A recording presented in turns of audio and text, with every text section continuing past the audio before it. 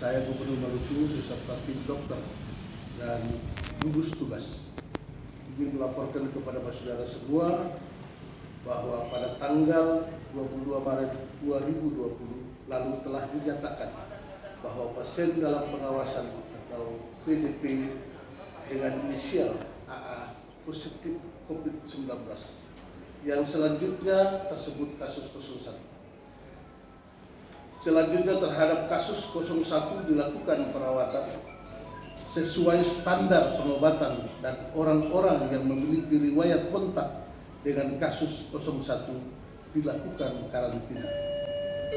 Alhamdulillah 8 hari kemudian setelah dilakukan pemeriksaan kedua, kasus 01 dinyatakan negatif.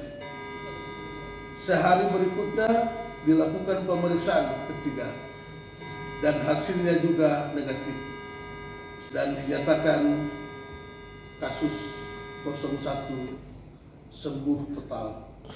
Saya mengapresiasi dukungan berbagai pihak dalam upaya pencegahan dan penanggulangan COVID-19, baik tenaga medis, gugus tugas, TNI, Polri, dan masyarakat pada umumnya.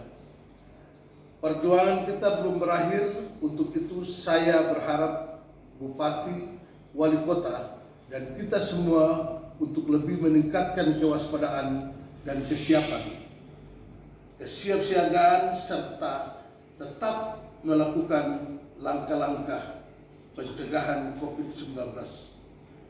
Para semua, Pumbai.